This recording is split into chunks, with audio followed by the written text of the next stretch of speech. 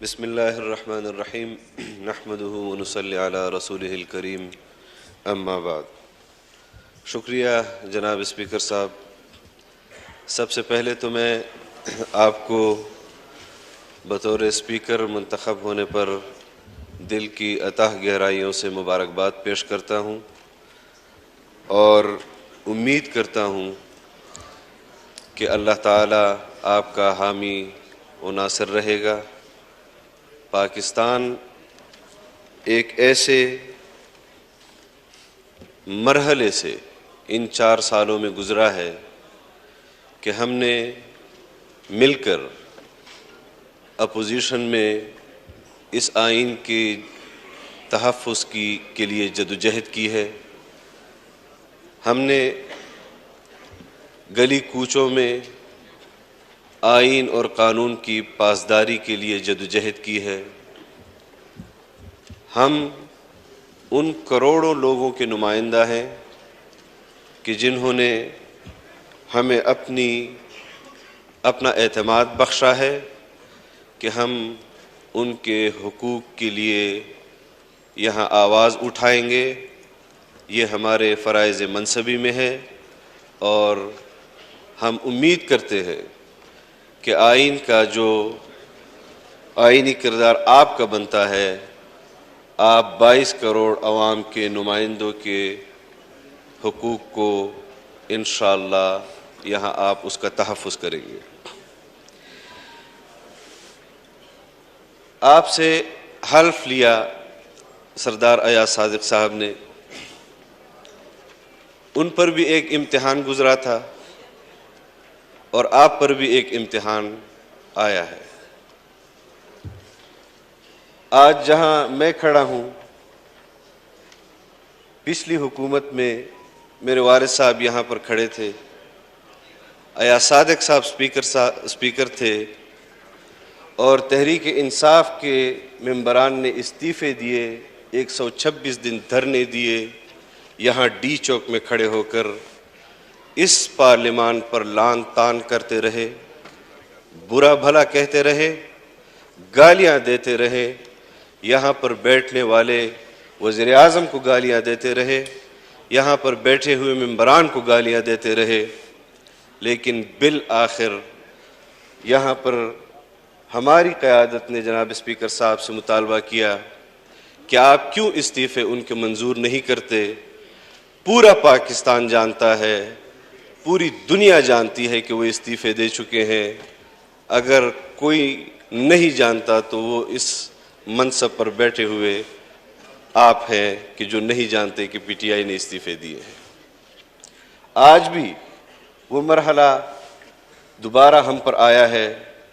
میں نہیں چاہتا اور نہ میں یہ سمجھتا ہوں کہ ایک شخص تمام پارٹی کے نمائندوں کا وکیل بن سکتا ہے کہ وہ تمام پاکستان تحریک انصاف کے استعفوں کی بات کرے اور وہ استعفے قبول ہو جائے، بلکہ میں یہ سمجھتا ہوں کہ جو قواعد و ضوابط ہیں، جو آئین ہے، جو قانون ہے، اس پر آپ عمل درآمد کرائیں اور پاکستان تحریک انصاف کے ہر ممبر کو اپنے چیمبر میں بلائیں اور ان سے پوچھیں کہ کیا آپ نے استعفے دیے ہیں یا آپ نے استعفے نہیں دیے۔